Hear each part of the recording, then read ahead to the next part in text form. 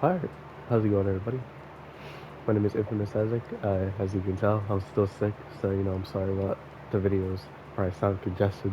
It's gave me like two of them. I think two of them have already been uploaded where I sound congested. But yeah, I'm sorry about my condition. But regardless, I'm here with a video on One Punch Man Season 2. I finished it. I had like a week break between watching where I last left off, which was like episode 3, and I was just like, I want to finish it. I want to see what's happening. And I just banged it out right there. And now I'm here to talk about it. So let me go into the spoiler free section first. So this season, actually, let me give some context first. So this season follows 4 years after the first season, which was in 2015. So it was 2019 at the time of that. And now it's been 4 years since this season came out. So I don't remember if it's this year that the season 3 is coming out or not, but I know that like season 3 is coming out. So this show's been going on for a while now, but it's because the manga releases frequently, or not frequently, but like it releases, but not enough to make a full arc out of it. Like it's like with Boruto. So the content you need to wait a while, like a long time for it to have enough content to like make something. So I get why it's taking so long. But regardless, because of that, now that I'm here after not watching season 2 for so long, or like being my first time watching this is new content for me, right? And going into it again, no spoilers for right now. It's crazy. Like it's genuinely crazy what I saw. It was a mixed bag at first. I'm not gonna lie, because I had to get used to JC Studio or staff instead of Madhouse, which is some people say it's a downgrade. For me, it's different, but I don't think it's bad. I definitely don't think like it brings down the show or anything at all. Only thing for me is just Saitama looks a little weird sometimes. Like they make his head a little strange. But JC staff really did a good job animating this season. It feels like it was masterfully done. Like some of the fights that you really look forward to are done great. Like there's no like um Seven Deadly Sins animation where it's just like what is happening. And again, animation studios have their own conditions and their own work hours, and it's difficult. I'm not trying to drag any animation studio. It's just you gotta look at the art. At the end of the day, what you see, you have to analyze it for what it is. And while the conditions make uh, why it came out like that more understandable and more conceivable, at the end of the day, that is the product that was released. And we have to understand that the quality that we got was the quality that we got, and we have the right to analyze it. Not send death threats, but to critique it and understand it and learn from it. And understanding how work conditions can be changed because of that. Because if you're making a product and the way you're working on it is causing the product to suffer, then why not change the way you work, right? But obviously, that's not that's not the answer. That's more like just a hypothetical that stems from that situation. So it's just something to think about, is what I'm saying. Something that I think about a little bit.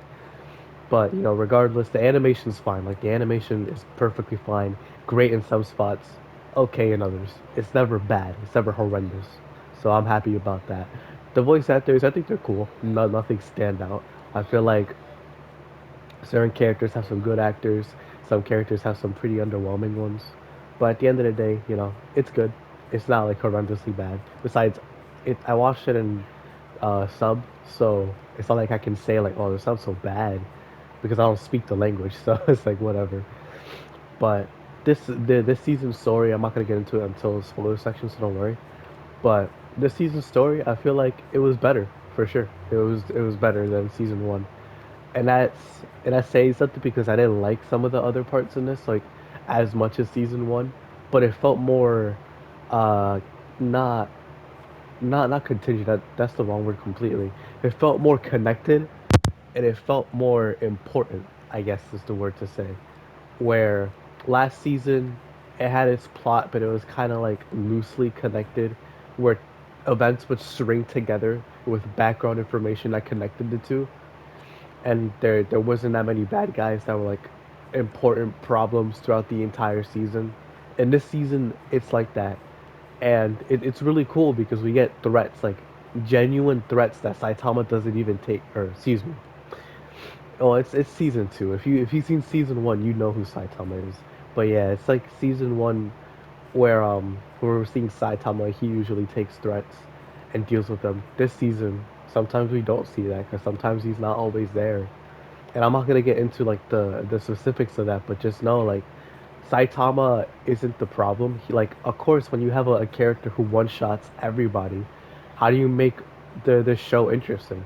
And you have that with other characters. That's how you do it.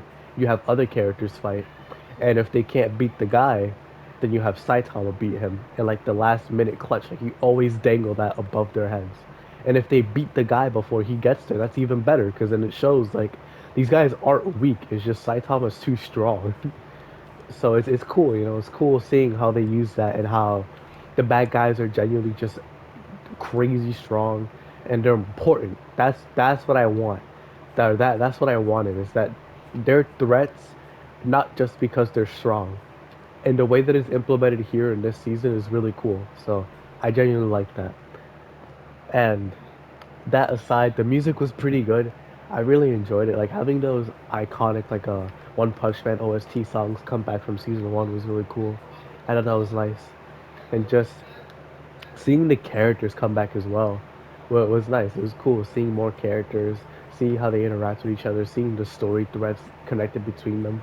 It's like One Punch Man is about Saitama, and he has his story. It's not like his arc is done, which is really cool. But seeing One Punch Man, what I learned, it's about the other characters. It's about the side characters as well, and they make them good too. So that's why I like actually learning about the side characters, because there's so many, but they give the ones that are important enough story to keep you interested. Like the ones that aren't interesting don't get like exuberant amounts of screen time. Like let's say like My Hero, where some students are get more screen time and you don't care about them at all. You wish like they just got Thanos snapped out of their show because they're so boring and whack. But here, it's how do I say this? Dispersed in a better way so that people who the author the author writes get their fair share of screen time for a good reason. It's not just random side characters. Well, not random. Like it's all purposeful for each writer, but it's not characters that you don't care about. At least for me, that get screen time. I think that's really cool because everybody deserves their screen time. I feel like giving everybody equal amounts of screen time is a detriment. But that's just me. You know, I feel like that just it it it doesn't make it interesting. Is what I'm trying to say. It doesn't make it interesting. It's like my best way of putting it. If it doesn't make sense, you know, just comment below like what do I mean, or if you have any questions, I'll try to answer them. But yeah, you know, characters are great. They're the best they ever been. And just overall, like this season was good. While there were some pitfalls for me, overall, like I feel like it's an 8.5 or an 8, you know, 8 to 8.5 out of 10. I feel like it was a good return to form from One Punch Man since it took so long to make season two, and I can't wait to see season three. I'm genuinely excited and invested to see what happens in this show, especially since Reaper read the manga, so he's been telling me that season three is going to be peak fiction. So I can't wait to see how they improve from what we already see, which is gonna be crazy because like you know it's only season one and two were 12 episodes, so unless if they do 24, this is probably gonna be another 12 episode one. So I wonder what's gonna happen in that amount of time. It's gonna be crazy. But yeah, you know, let me get into the spoiler section and let me tell you guys what I think like with spoilers. So yeah, spoiler free section over. So, oh wow, okay. So yeah, spoilers. You know, One Punch Man season two picks up directly after season one, where one or Saitama beat up Boros, and now everything's back to normal. But well, normal in a sense where that season had an impact on the rest of the show, where there's gonna be a threat coming in 6 months, and now they're just preparing. The Heroes Association and everybody else is preparing to see what that threat really is. And as we move along, like episode one through three, we just have Saitama returning to form. You know, we see him beating up monsters, trying his best to climb the hero ladder. You have Genos trying to get stronger, trying to fight people to learn more about them, and just seeing like how he can become as strong as Saitama, so he can find a robot that destroyed his family and his village and all that or whatever. And it's just like we see them living their lives right now, living peacefully, or not peacefully, but living their normal standard lives. And we meet or get acquainted better with some characters from the Hero Association in these first three episodes, like King, Fubuki, and just people like that. We get to learn more about them. Where Fubuki is Tatsumaki's younger sister, and she's a B class hero, like the top of B class. So she has this thing where she has a gang in B class where she makes all the B class heroes join her group so she can become the top of B class because her sister is the top of S class. And her sister's always just taking stuff from her where Fubuki always wanted to be a number one in something, but she can never be because they're both espers and they're both heroes, so they can never be in the same line of work because Tatsumaki is always going to be better than her. And it's shown because, I mean, look at the ranks. You know, like, rank isn't everything, but at the same time, it's merited for a reason. So Fubuki is trying to make this be her number one, even though it's not being a hero at that point. You're laundering, or not laundering, but you're fleecing heroes into your group. Like, you're not being a hero. And when she goes to see Saitama, she what's it called? She tries to indoctrinate him into her group, but he's like, no, I don't want to join your group. I want to be myself. And then she tries to fight him, and he just beats her up, and he's like, yo, you are not a hero if this is what you're doing. Reevaluate your goals and find what it really means to be a hero type stuff. Like, it wasn't a lecture. It was just him being factual, like him literally stating his opinion. He's not doing it for her. He's stating what he thinks, and that affected her to the point where she literally stayed at his house for like a couple days for some reason. I don't get why. Like, she literally just gravitated towards him, not like love, but like she was just interested in him, and she stayed at his house for like a couple days.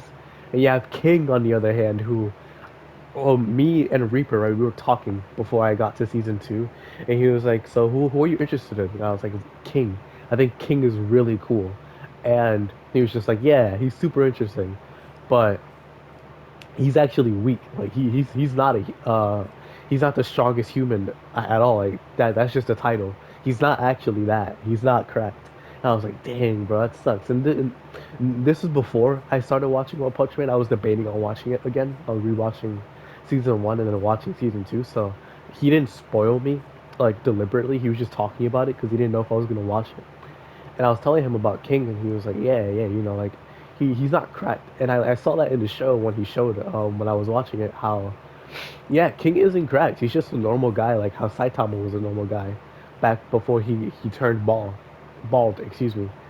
And he just is really unlucky with villains. Like, villains for some reason just pull up on him and want to kill him. Like, and it just happens always around him. It's weird. But the only reason he's an S class hero, because you're probably thinking, how is he one? How did he become one then? The only reason is because of Saitama. Because Saitama beats the villains every time, and King always happens to be there by accident. In reality, he's kind of a wussy, but he, what's it called? Saitama just happens to show up every time by accident, like not knowing that it's King, and he beats the monster, and the King gained that reputation because the monster's always defeated, and he has like these rumors built up about him where like his heartbeat is so fast and loud when he's scared that people think it's the king drum something. I forgot what it's called, but it's like a, once you hear those drums of death from King, you're dead. And what that basically means is once you hear his heartbeat, you're dead. But in reality, it just means that he's scared. And he gets pulled up on by somebody in like episode two, I think episode three, and Saitama actually helps him out, like because it's a guy who was specifically made to kill King, and King tells him like, "Yo, let me go use the bathroom real quick. I'm not gonna be at full strength if I have to pee." And he's like, "All right, I'll give you 10 minutes." And he goes to the bathroom and he's like, "Yo, what do I do, dog? I'm so scared." And then Saitama pulls up and beats the guy. Or actually, excuse me, Genos beats the guy. And Saitama finds King because he was leaving to go to his house, and he's like, "Yo, you're King. Nice to meet you." And they're just talking. They're chilling, and King, what's it called, like? he has this game. He's playing games with Saitama, and they're at his apartment right now. They're at King's apartment, and a worm shows up and just smashes through his apartment, and Saitama kills it. But Saitama figures out that King actually isn't like strong. He's just reputation wise, like he's popular. And he's like, oh, it's whatever. Like, I'm not gonna spoil your secret. I'm not gonna tell anybody. It's fine. I just think you're a cool guy, so let's hang out or whatever.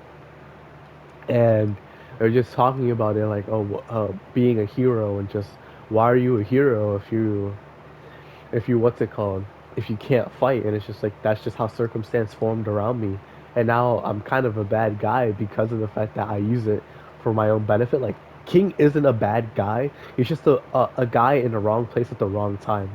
And sure, while he is using the benefits of being a hero, not like evilly or devilishly like the people in the Hero Association board, he just uses it to get games. Like he's an introvert. That man's a hermit and an introvert.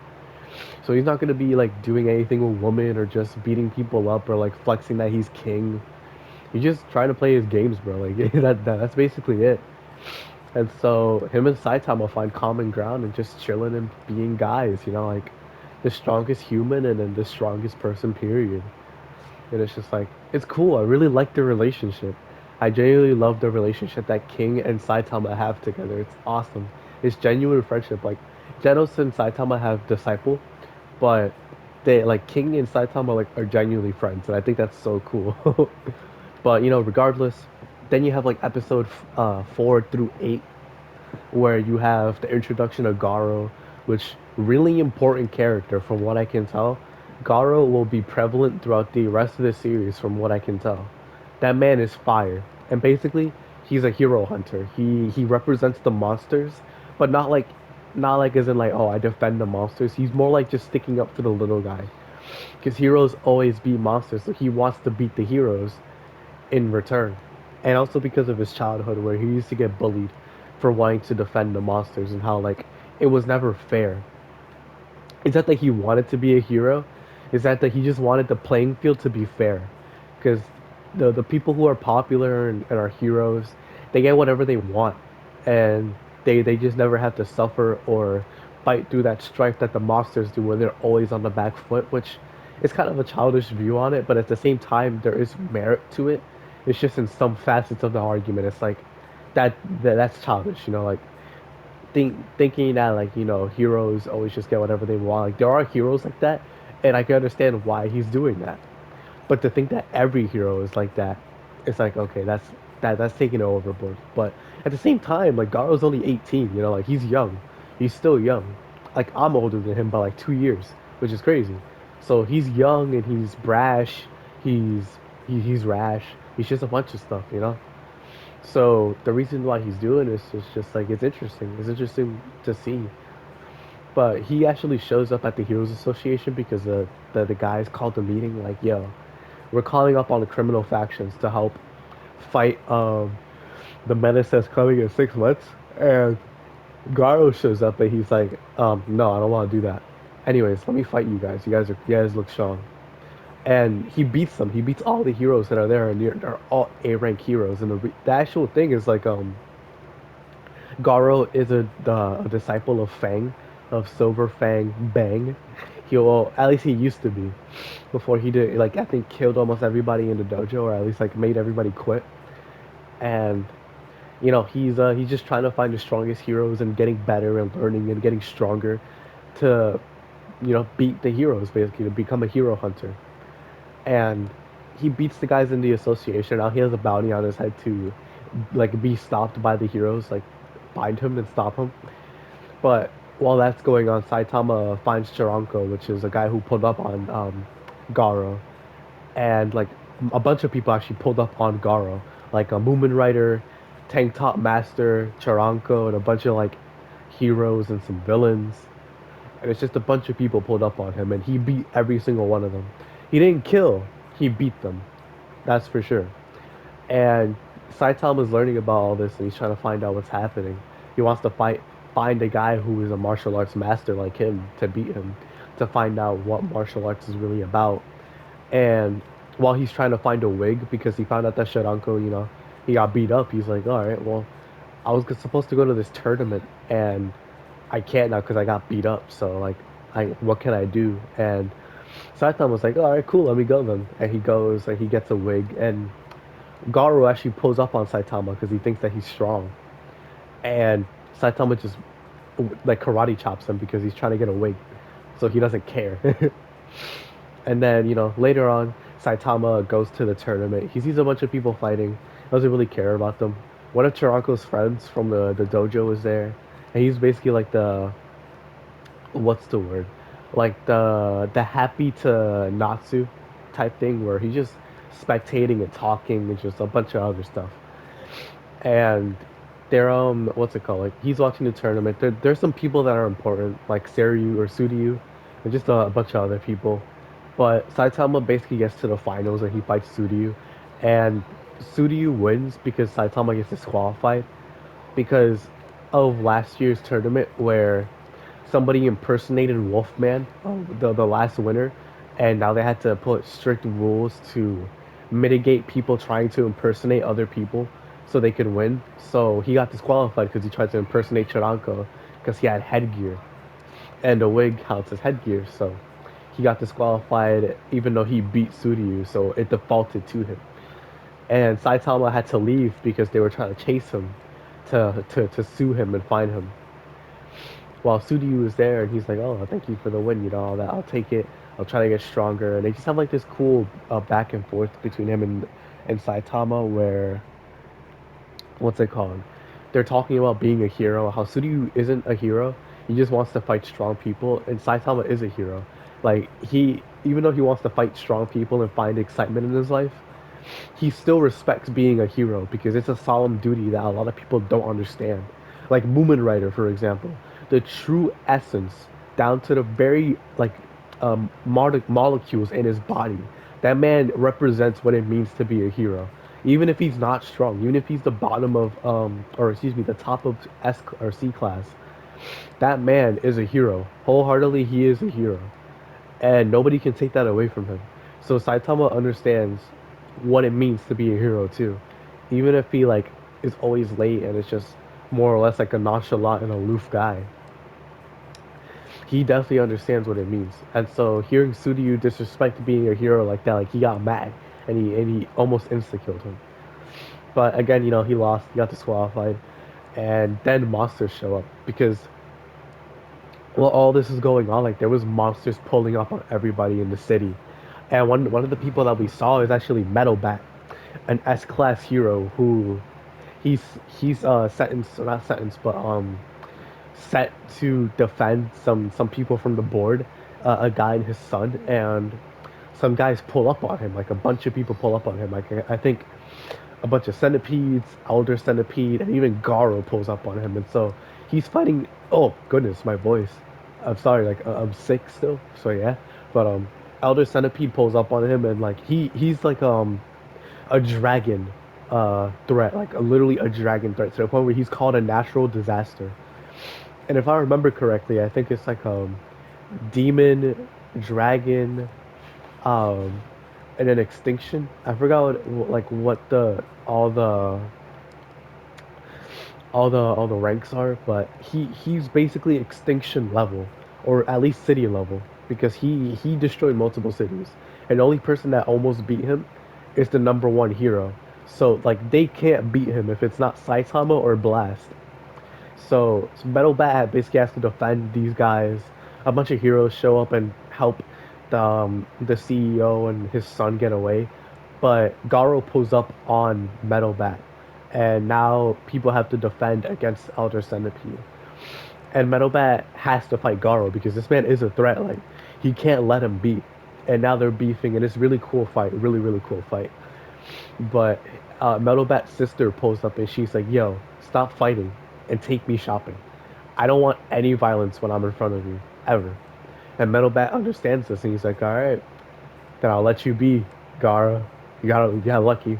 And Garo, since he doesn't kill kids or fight kids or disrespect them, he leaves too because he has a sense of, I guess, morality in a sense where he's not like completely like on the black or white side of morality. He's in the gray area. So it's cool, you know. It gives depth to Garo. It's really cool. But after that,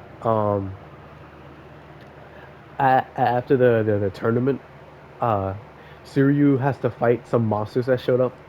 Because this is all happening concurrently. I forgot to mention that, like, the tournament and Metal Bat and all his situation is happening concurrently. So that's why, like, I'm switching between the two.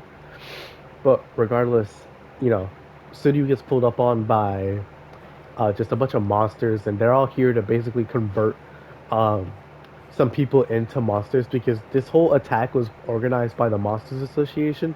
And it was just like this new group that pulled up on the Heroes Association from City Z, and they're basically here to just take over the world in a sense where they want to stop the Heroes Association and all that.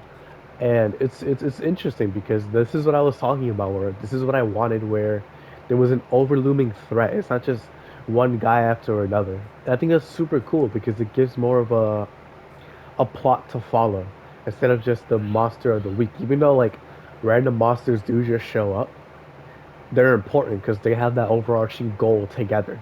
I think that's really cool. I think that's super cool. But you know, regardless, they pull up on Studio. They beat him up and all the participants that were in the tournament, and he starts screaming for help.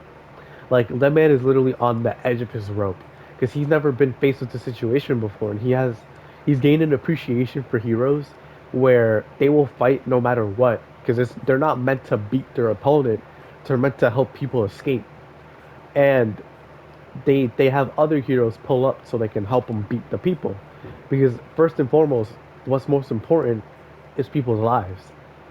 The monster comes second. So whether that means taking care of the monster first or taking care of the evacuation, it's all a team effort to help people at the end of the day. Even if there are malefactors and deviants in Heroes Association that are just they shouldn't be heroes and they have own selfish gains like Metal Knight. For every Metal Knight, there's always going to be a Genos or a Driver Knight or the Kid Emperor or people like that or Black Shine. I think I remember like Black Luster. Like people like that, there are always going to be people like that for every Metal Knight, you know. So there are good people, and that's what Studio had to learn. And as he learned that and called out for help for a hero, Saitama showed up. He came back with a suit on, and he beat the monster. And it was two of them because one guy in the tournament got turned into a crazy strong monster, and he stayed behind to kill Suryu, while the other monster who initiated the attack, he left to go back to the hideout. And Suryu was on the brink of death, and Saitama showed up and insta killed the guy. And he's like, "Why'd you come back?" And he's like, "Because I'm a hero, you know, I have to." And then he realizes that Saitama's gonna go fight the other monster, and he's like, please don't go fight him." And Saitama's like, "But why not? You know, I have to do this. I'm a hero." And then he's like, "Because I can't let the person who saved my life, or I can't let you throw away your life when I'm indebted to you, when I owe my life to you." And like I butchered the line, but that line really hit me. Like it really showed like change in him and how important it means to have heroes fight for people, you know, because it has me tearing up even thinking about it, like how even a man like him who was so arrogant and cocky was just he changed because of Saitama. It was super cool, genuinely super cool. So seeing him say something like that, like genuinely care for him, because he's afraid, like he has fear, and that's fine because fear is a normal instinct a human being needs, you know. So him showing compassion but also fear for Saitama's well-being, he's like, you know, it's nice to see. It really makes me smile. And then the fact that Saitama left and Asudi started crying because of that, like he's gonna die. Saitama came back and was just like, "I'm back," and he was so happy. Like it just generally made me smile. It was such an amazing way to end the tournament. And then after that, you know, Saitama leaves. He's with King walking away because he happened to find King near the tournament. And they're just talking, and Saitama and King have an interesting conversation about what it means to be a hero because Saitama feels like he's plateaued and he wants to grow. He wants to become a better person because that's where it all stemmed from when he started with the crab guy. And King's just like, yeah, I mean, even though like you're strong and you probably won't get any stronger, at the very least you are a hero and you can grow as a hero where you can still help people and learn what it means to become a hero because if you get better as a hero, then maybe you'll find more people to fight and protect people and you'll learn like through that what it means to be a real hero. Because Saitama, he's nonchalant, he's aloof, but he's lost his excitement. He wanted to save people, but he also wanted to find strong people. It's a double-edged sword. Like, so he wants to be challenged again, but it's hard to answer that question. But King found an answer, and he's like, "Dang man, thank you, really appreciate that." And then they go back home to his house to play games, to King's house. And then on the other side, you have Garo, who actually went to go fight Dogman, but he lost. Like he generally lost, and he's just been on the edge of his rope for the longest time. So he's trying to take a break and just rest up. And a kid that he saw before, like, he's a prominent character in the series, at least to Garo. He the kid goes to see him in a shack because his friends are bullying him and all that, and force him to go in there. And Garo finds him. He's like, "Oh shoot, hey, nice to see you, man. What are you doing?" And while he's talking to this kid, 8 heroes like B class and above pull up on Garo, and they're outside of the shack and they're ready to kill him, or will capture him alive and if kill him like if necessary. So Garo's outside like, alright, or inside like, alright, kid, duck and do not get up until I come back, okay? And the kid stays in the shack, and now it's Garo versus 8 people. And let me tell you guys, right now, actually, let me explain this as best as I can. The beginning of One Punch Man season 2, I thought was great. I thought it was funny. I thought it was cool. I thought it was interesting. The tournament, I thought it was all right. It wasn't my favorite part. I thought it was cool. Like the end of the tournament was cool, but I didn't really like the beginning of the tournament because it wasn't that interesting to me if Saitama wasn't fighting. Because we saw some heroes that we saw before, but that doesn't mean that they're interesting to me, you know. And it was just like, what's the word? Until Saitama was fighting in each of his fights, and until things really started hitting the fan, it wasn't that interesting to me. But when we got to this part with Garo fighting the 8 heroes, oh, and King as well, like with Saitama talking to King.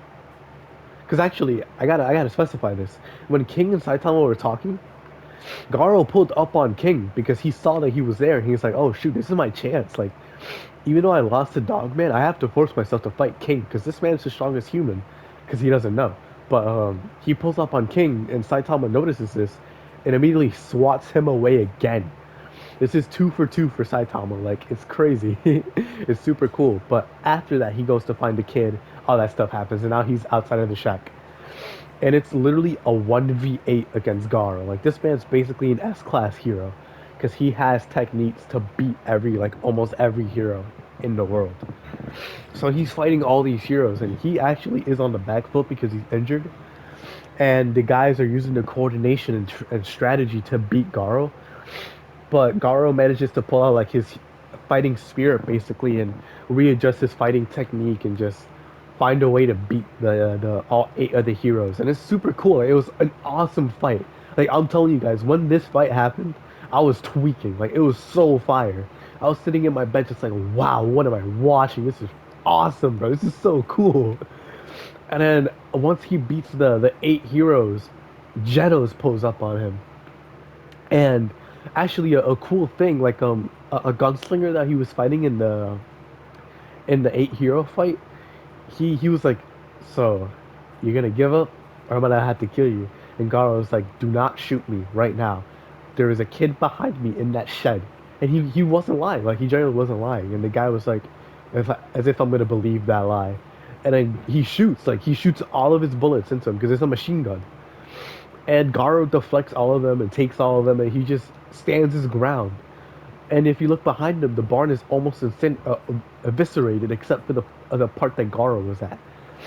And so he defended the kid, and it's so cool, man. Like, it's really so cool because it shows that again Garo has morality.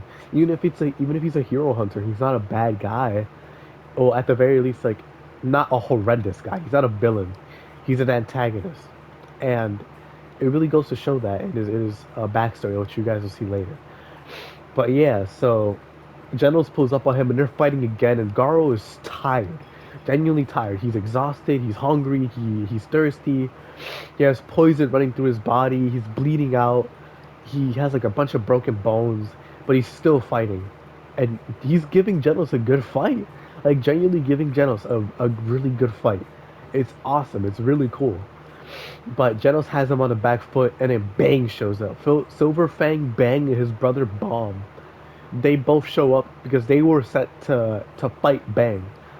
Bang, or excuse me, Garo, and Bang took it upon himself to fight him because again, that's his disciple. So this whole season they've been trying to look for him as soon as he showed up. But anyway, so yeah, now Bang is fighting Garo. Really cool fight, awesome fight. But then Bomb pulls up on him as well. Now it's a 2v1 because they have to take out Garo. Like he's a threat, genuinely a crazy threat. But then the Villains Association pulls up, and now they have to fight. What's it called? Bang, Genos, and Bomb, and it's super cool fight. Really cool fight. But Bomb is not taking care of them. Bang is not taking care of Garo, and Genos is taking care of the other monsters. And one of the bird people that we saw earlier, he's there. He's like, Elder Centipede, I will get Garo away from here. You fight them. And because he has orders by the Orochi, the leader of the Monsters Association, to bring Garo back, and he does. Like he brings him back, leaving Elder Centipede to fight what's his face, all three of them, and they're struggling. They're genuinely struggling because Elder Centipede is a dragon level threat monster. Like he's insane. Oh God, that's the final rank. You have God, Dragon, Demon, and Tiger. That's what they're called. Yeah. So, um, Elder Centipede is a dragon level threat. He's not a god yet. But regardless, they're fighting, and Genos is doing all he can. Bang and Bomb are doing crazy moves, but it's not enough. Like it's not enough to stop Elder Centipede. It's a reason why Blast is the only reason why, the only one who would be able to take him down, or at the very least close enough to be able to. But King shows up, and he's with Saitama, and King is using himself as bait to lead Elder Centipede here, because he's like, yo, Blast is here. He's next to me. Come and find him. When he really wasn't. And it was basically bait to have Saitama punch Centipede and like literally expire him, completely eviscerate him, explode him, disintegrate him even. And they win. Saitama punches him and he wins. And during that fight, during the when Garo was still there, we got to see his backstory. He's just basically like what I mentioned earlier in the video, how he just wanted to stick up for the little guy, you know? That's basically what his backstory was. And now that that's over, like that's the end of the season. That's literally where it ends, where they stopped Elder Centipede and now they're just trying to recuperate their losses because while they took out Elder Centipede, monsters literally just beat up everybody. They need to get on the offensive. But yeah, that's the end of season 2, and it was great. Like it was genuinely great. Like I mentioned before, the tournament wasn't my favorite part. It was probably my least favorite. But the beginning and the end of this season were so great. I was originally gonna give this season a 7.5 because of just the tournament alone. But nah, it increased a lot because of how it ended, and it was super cool. Genuinely super cool. Like as I mentioned before in the beginning, this season is great. It took 4 years for it to come out, but I don't care, and I'm glad I watched it because I was definitely missing out for sure. I really love the way that season 2 ended, and just the way that it was going for like 4 episodes. Like that 4 episode stretch at the end was just peak fiction. It was so cool. Genuinely so cool. But yeah, you know, if you want like my thoughts on it, go back to the beginning of the video and just see where I was talking about it. And you'll have context now after hearing the spoilers. My MVP for this season is definitely Garo. Garo was definitely just peak fiction from start to finish. The runner-up will be Saitama, then King. I really like King. Like he's probably one of my favorite characters.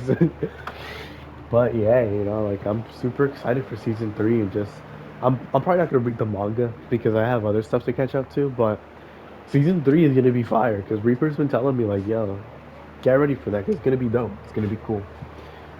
But yeah, thank you guys for watching. Hope y'all enjoy. I know this is a bit of a long one, like a really, really long one, but it's just that this season was that good. Like it was genuinely that good. So I'll see you all in the next video. Hope you have a great rest of your day.